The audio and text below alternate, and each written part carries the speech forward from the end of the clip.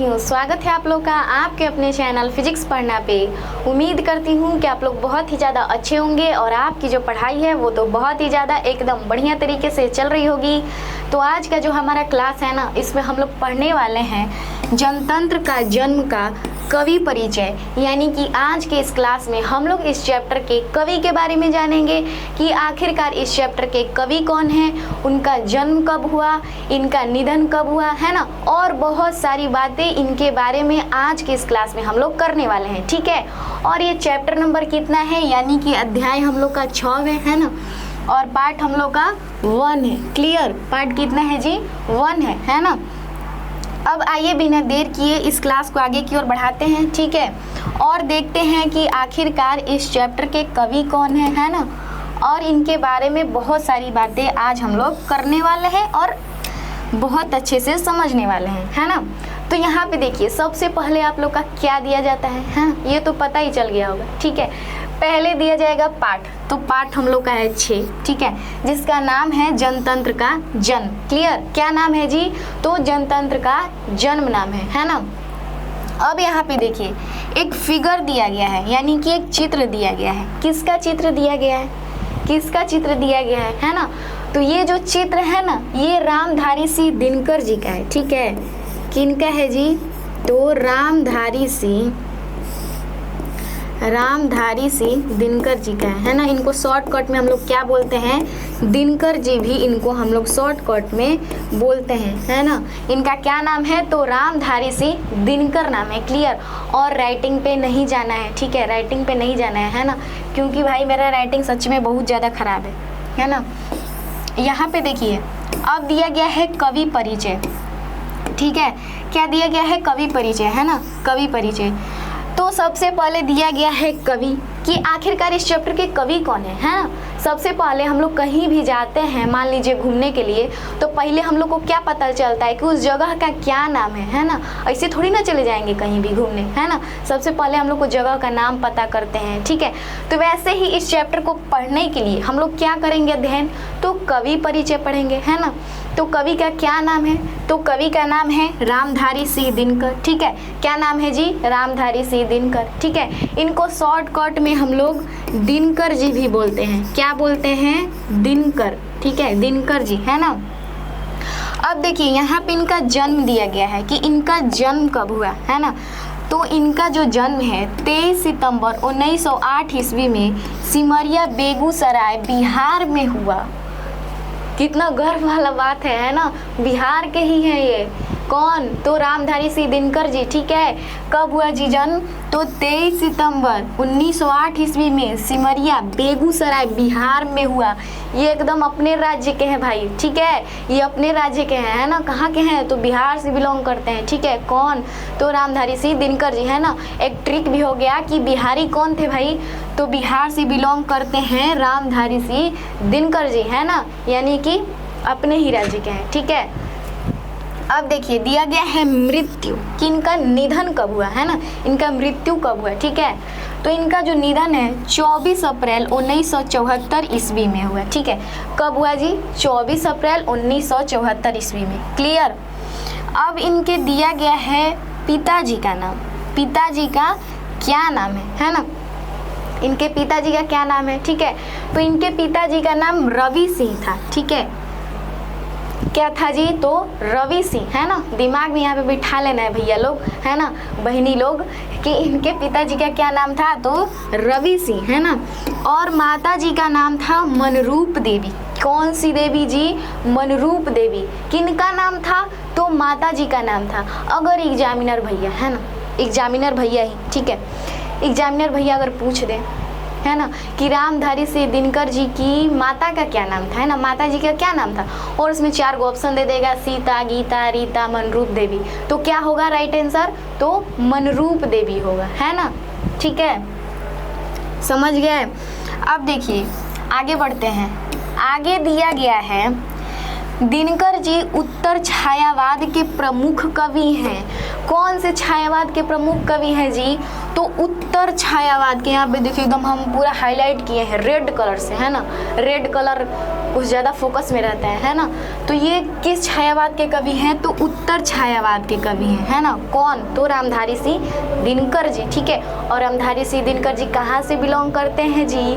तो रामधारी सिंह दिनकर जी अपने राज्य से, है ना, बिहार से, ठीक है, बिहारी है भाई, है ना। और देखिए दिनकर जी भारतेंदु युग से प्रवहमान राष्ट्रीय भावधारा के एक महत्वपूर्ण आधुनिक कवि हैं। अब देखिए आगे देखते हैं। आगे दिया गया है इनका प्रारंभिक शिक्षा, है ना, कि इनका प्रारंभिक शिक्षा कहाँ से हुआ, ठीक है। यानी कि हम लोग प्रारंभिक शिक्षा कहाँ से करते हैं, है ना, गांव से करते हैं। जो लोग शहर में रहते हैं वो लोग शहर से करते हैं। तो आखिरकार रामधारी सिंह दिनकर जी का प्रारंभिक शिक्षा कहाँ से हुआ, है ना। तो इनका प्रारंभिक शिक्षा गांव और उसके आसपास हुई, ठीक है। यानी कि गांव से या फिर गांव के आसपास कोई और गांव होगा, है ना, वहाँ से पूरा हुआ, ठीक है। किनका? तो रामधारी सिंह दिनकर जी का, है ना। अब देखिए दिया गया है मैट्रिक। मैट्रिक ये कहाँ से किए, है ना। आने वाले समय में आप लोग से भी पूछा जाएगा कि आप लोग मैट्रिक कहाँ से किए हैं, तो आप लोग को बताना पड़ेगा, है ना। तो उसी तरह पूछा गया है कि रामधारी सिंह दिनकर जी का मैट्रिक कहाँ से हुआ, यानी कि ये मैट्रिक कहाँ से किए थे, है ना। 10th कहाँ से ये पास किए थे, ठीक है।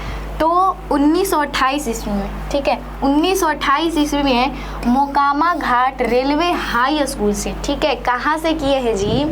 तो 1928 ईस्वी में ही, है ना, ये 1928 ईस्वी में ही 10th पास कर लिए हैं, है ना, दिनकर जी। कहाँ से? तो मोकामा घाट रेलवे हाई स्कूल से। क्लियर। अब देखिए रामधारी सिंह दिनकर जी ने 1932 ईस्वी में पटना कॉलेज से इतिहास में बीए ऑनर्स किया, ठीक है। ये बीए ऑनर्स कहाँ से किए? तो 1932 ईस्वी में पटना कॉलेज से, ठीक है। कहाँ से किए बीए? तो ये पटना कॉलेज से किए, है ना। और इनका जो सब्जेक्ट था वो इतिहास था, है ना, विषय इतिहास था। क्लियर। अब देखते हैं आगे। आगे दिया गया है रामधारी सिंह दिनकर जी HE स्कूल बरबीघा में प्रधानाध्यापक, ठीक है। ये कहाँ प्रधानाध्यापक रहे? तो बरबीघा में, ठीक है। जनसंपर्क विभाग में सब रजिस्ट्रार, ठीक है। और क्या रहे? जनसंपर्क विभाग में ये सब रजिस्ट्रार भी रहे और सब डायरेक्टर भी रहे, ठीक है। सब रजिस्ट्रार भी रहे और सब डायरेक्टर भी रहे। कौन? तो दिनकर जी। बिहार विश्वविद्यालय में हिंदी के प्रोफेसर और बिहार विश्वविद्यालय में हिंदी के प्रोफेसर भी रहे हैं, है ना। यानी कि एक उपाधि नहीं है इनके पास, है ना, एगो डिग्री नहीं है, ये बहुत सारा काम किए हैं। क्या क्या किए हैं? पहले तो देखिए HE स्कूल में बरबीघा में प्रधानाध्यापक रहे हैं, ठीक है। उसके बाद जनसंपर्क विभाग में क्या रहे हैं? तो सब रजिस्ट्रार और सब डायरेक्टर भी रहे हैं। बिहार विश्वविद्यालय में हिंदी के प्रोफेसर भी रहे हैं, ठीक है ना, प्रोफेसर भी रहे हैं। एवं भागलपुर विश्वविद्यालय में उप कुलपति के पद पर रहे, ठीक है। यानी कि इतना सब पद था इनके पास, है ना। यानी कि इतना सब ये सब किए थे, ठीक है। कौन? तो दिनकर जी किए थे, है ना। ये बहुत जगह प्रधानाध्यापक रहे, है ना, उप कुलपति के पद पर भी रहे, प्रोफेसर रहे, है ना, हिंदी के प्रोफेसर रहे। क्लियर। अब देखिए रामधारी सिंह दिनकर जी जितने बड़े कवि थे उतने ही समर्थ गद्यकार भी थे। कहा गया है कि जो रामधारी सिंह दिनकर जी है ना, जितने बड़े कवि थे, है ना, ऐसा नहीं कि कवि होने का उनमें घमंड था, है ना, ऐसा कुछ भी नहीं था, ठीक है। वो जितने बड़े कवि थे उसके साथ साथ उतने ही समर्थ गद्यकार भी थे, ठीक है। ये गद्यकार भी थे। कौन? तो दिनकर जी। क्लियर। अब देखिए आगे देखते हैं। आगे दिया है इनका प्रमुख रचना, है ना। प्रमुख रचना कौन कौन सा है?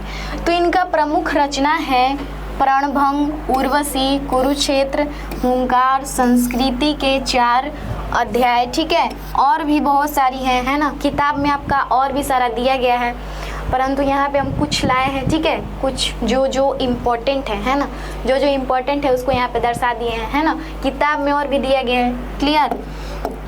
अब देखिए रामधारी सिंह दिनकर जी को संस्कृति के 4 अध्याय पर साहित्य अकादमी पुरस्कार मिला। हाई देखिए जी, रामधारी सिंह दिनकर जी को किस पे साहित्य अकादमी पुरस्कार मिला।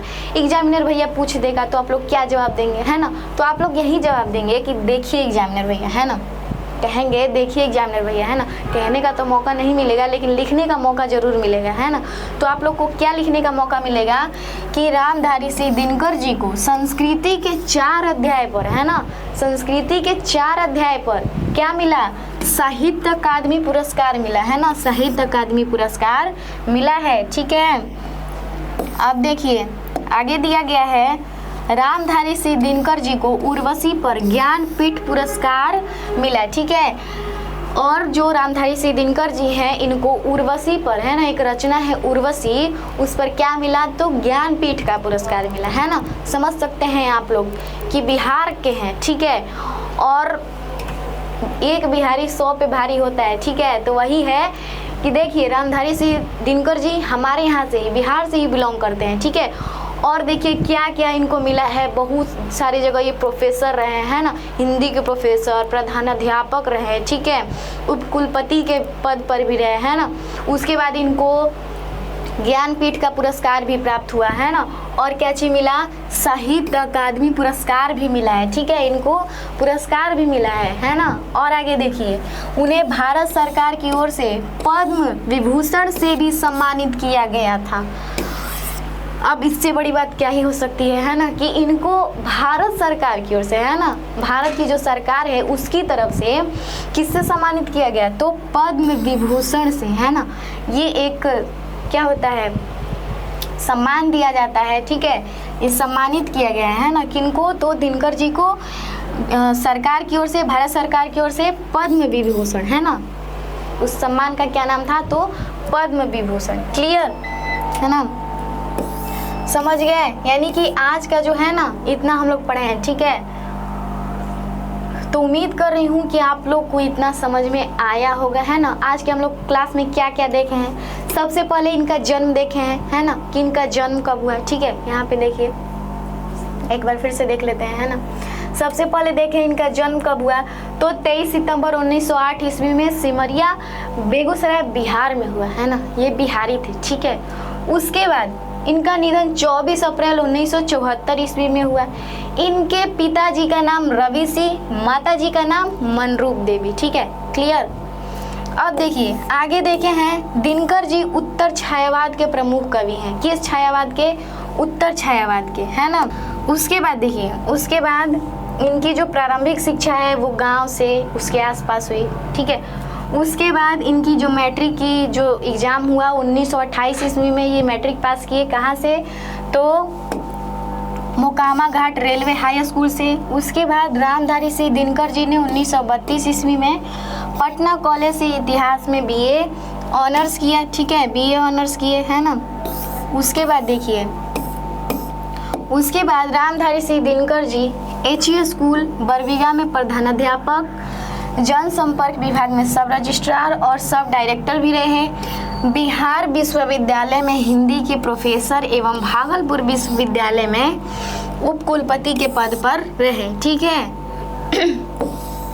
अब आगे हम लोग देखे हैं रामधारी सिंह दिनकर जी जितने बड़े कवि थे उतने ही समर्थ गद्यकार भी थे, है ना। ये जितने बड़े कवि थे उतने बड़े समर्थ गद्यकार भी थे। ठीक है, कौन, तो दिनकर जी, है ना। इसको थोड़ा फास्ट ही पढ़ रहे हैं क्योंकि एक बार हम लोग पढ़ चुके हैं, है ना, तो इसको एक बार बस रिवाइज कर रहे हैं। ठीक है, उसके बाद दिया है प्रमुख रचना, तो प्रणभंग, उर्वशी, कुरुक्षेत्र, हुंकार, संस्कृति के 4 अध्याय। ठीक है, और भी हैं। रामधारी सिंह दिनकर जी को संस्कृति के 4 अध्याय पर साहित्य अकादमी पुरस्कार भी मिला। ठीक है, कौन सा पुरस्कार मिला, तो साहित्य अकादमी पुरस्कार मिला। उसके बाद रामधारी सिंह दिनकर जी को उर्वशी पर ज्ञानपीठ पुरस्कार मिला, है ना। संस्कृति के 4 अध्याय पर क्या मिला, तो साहित्य अकादमी पुरस्कार मिला, और उर्वशी पर इनको ज्ञानपीठ का पुरस्कार मिला। उसके बाद उन्हें भारत सरकार की ओर से पद्म विभूषण से भी सम्मानित किया गया था। ठीक है, और भारत सरकार की ओर से इन्हें पद्म विभूषण से भी सम्मानित किया गया था। किनको? तो रामधारी सिंह दिनकर जी को, है ना, जिनको हम लोग शॉर्टकट में क्या कहते हैं? तो दिनकर जी कहते हैं, है ना। तो उम्मीद कर रही हूँ कि इतना आप लोग को बहुत अच्छे से, है ना, समझ में आया होगा, ठीक है। और कवि परिचय को भैया लोग बहनी लोग हल्का में नहीं लेना है ना, इसको अच्छे से पढ़ाई करना है, ठीक है, क्योंकि आपके एग्जाम में कवि परिचय से ना बहुत ज़्यादा क्वेश्चन पूछे जाते हैं, है ना। जब इसका हम ऑब्जेक्टिव करवाएंगे तब आप लोग देख लीजिएगा कि इससे कितना सारा क्वेश्चन पूछा है ना। हम ऐसे हवा में नहीं फेंक रहे हैं, ठीक है, हवा में नहीं फेंक रहे हैं, है ना। तो आप लोग एकदम मन लगा के पढ़ाई करते रहिए, है ना। तो आज के लिए इतना ही रहने देते हैं, मिलेंगे अगले क्लास में, तब तक के लिए जय हिंद जय भारत।